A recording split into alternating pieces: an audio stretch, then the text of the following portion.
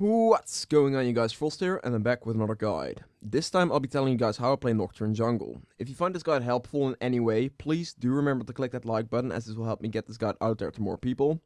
Also, if anything changes that will affect this guide, there will be an update in the description. The following subjects will mention in this guide: champion description, abilities, leveling order, runes, masteries, the item build, and the jungle strategy. If you want to go to a specific subject, you can click on it right now.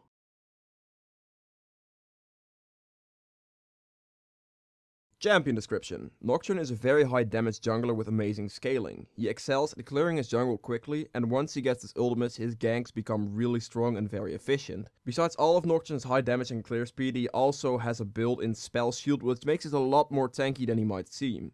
So if you like a high damage farm heavy jungler, Nocturne is definitely the champion for you. Nocturne's abilities. His passive, Umbra Blades. Nocturne's next basic attack is periodically enhanced, dealing 120% AD physical damage to his target and surrounding enemies, and healing himself per enemy hit. Basic attacks reduce Umbra Blades cooldown by 1 second. This passive is really nice for getting the extra burst in when you are diving onto an enemy, as your initial auto attack will deal a lot more damage. But its main use is in speeding up your jungle clear massively, as this will hit the entire camp with the damage. His first ability, Duskbringer. Nocturne sends out a shadow blade in a line that leaves a dusk trail on its path. Dealing physical damage to enemies, it passes through and causing enemy champions hit to also leave a dusk trail behind their movements for 5 seconds. While on Dusk Trail, Nocturne ignores unit collision and gains bonus movement speed and attack damage. This is your main damaging skill, and you have to make sure you always land this. You can use this right before you land on the target with your ultimate to ensure the hit and also get the increase in AD off the bat. His second ability, Shroud of Darkness. Passively, the skill gives you extra attack speed. Upon activation, the skill will give you a spell shield for the next 1.5 seconds. When you block an ability with this shield, Nocturne will gain double the amount of bonus attack speed from the skill's passive for 5 seconds. This skill is very straightforward, you just gain extra attack speed and you have a spell shield. His third ability, Unspeakable Horror. Passively, Nocturne gains 335 bonus movement speed when moving towards feared enemies. Upon activation, Nocturne plants nightmares into the target's mind, dealing magic damage over 2 seconds and forming a tether between him and his target. If the target does not break the tether by moving out of range, they are feared by Nocturne for a short duration. This skill is great to catch people with, because with the damage you deal, you will pretty much kill anyone in the time the target is feared. Also, this skill is very handy in the jungle to reduce the amount of damage you take by simply using it on a big monster in the camp. His fourth ability, Paranoia. Nocturne reduces the sight of all enemy champions and removes their shared vision for 4 seconds.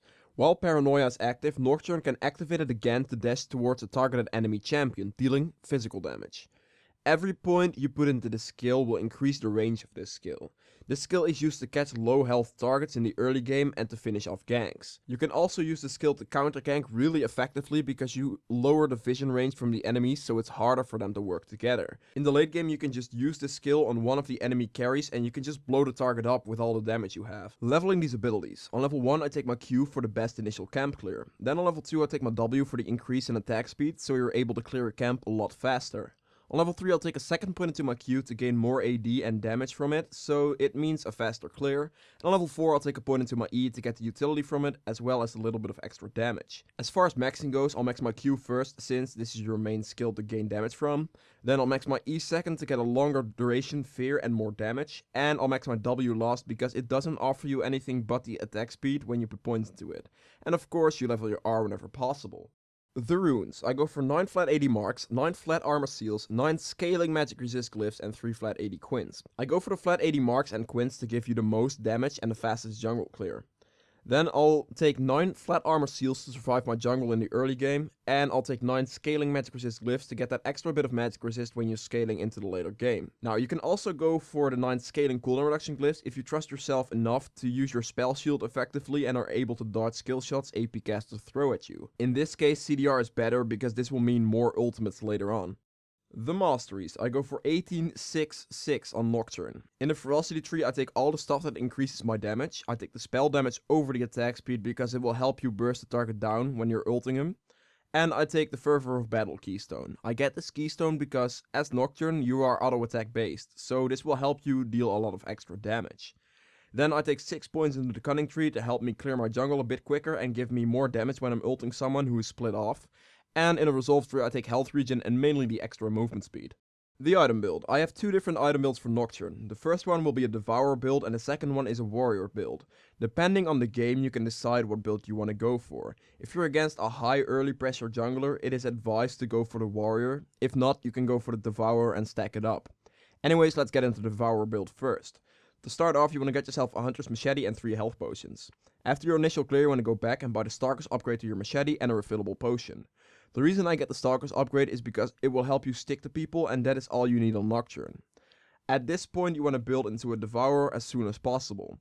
After finishing your Devourer, always go for Dragon instantly and try to have pressure on the Rift Herald to stack it up fast. Anyway, at this point you want to get yourself some Ninja Tabbies. I get these boots because these will give you the best tank stats in the game. Now you want to build into a Blade of the Rune King. I get this item because it will give you a lot of extra damage when combining it with your stated Devourer, but mainly because the active will help you out a lot in sticking with people to get your fear off. After Blade of the Rune King, you want to build into a Cleaver. I get this item because 1, it's the best armor pen item in the game right now, and 2, it also offers you a lot of health and CDR. At this stage in your build, you will deal a lot of damage, so you mainly want to focus on getting more tanky.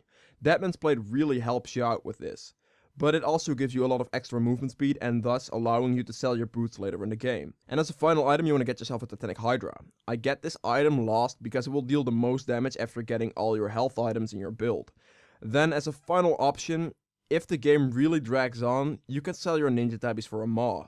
This will give you a lot of magic resist whilst giving you extra damage. Now, for the Warrior build, same start, but instead of getting the Devourer enchant, you get the Warrior one. Then after your Ninja Tabbies, you want to build it into a Hex Drinker. However, if the enemy doesn't have a lot of magic damage, you can also just rush a Ghost Blade instead, and just forget about the Maw. You can then replace the Maw with a Black Cleaver in this build. After completing your main damage items, this being Ghost Blade and Maw, or Cleaver, you need to get more tanky, so you want to get a Deadman's Plate. Again, you get this item because it offers you a lot of mobility to help you catch people out. And to finish this build off, you want to get a Sterix Gauge. This full build will make you insanely tanky and will make you deal a lot of damage at the same time. So much that you can probably one-shot the enemy AP carry or AD carry. Also guys, remember to get the Farsight upgrade on Nocturne because it helps you land those ultimates. The jungle strategy. In the background right now you can see the jungle routes for both sides of the map. Whilst this is playing, I want to talk to you guys a little bit about team fighting, stacking your Devourer and ganking.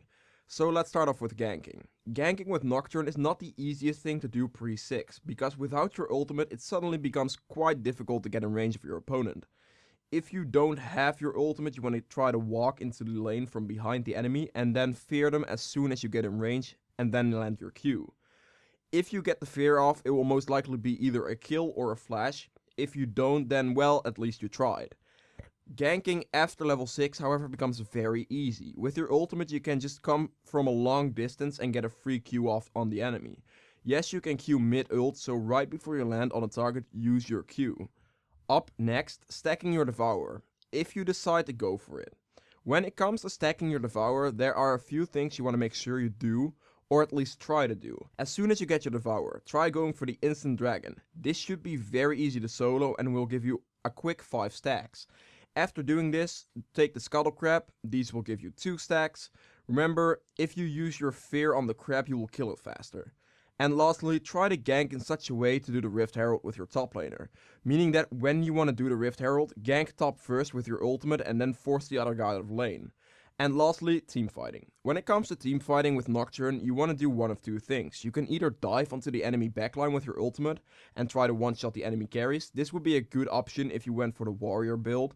But if you went for the Devourer build, it's generally better to stay back a bit and just kill whoever is closest to you. Thank you guys so much for watching. If you've enjoyed it or learned anything from it, please do remember to click that like button right below this video, as this helps me get this video out there. If you would like to see more guides like this, hit that subscribe button and I'll see you guys next time. Bye!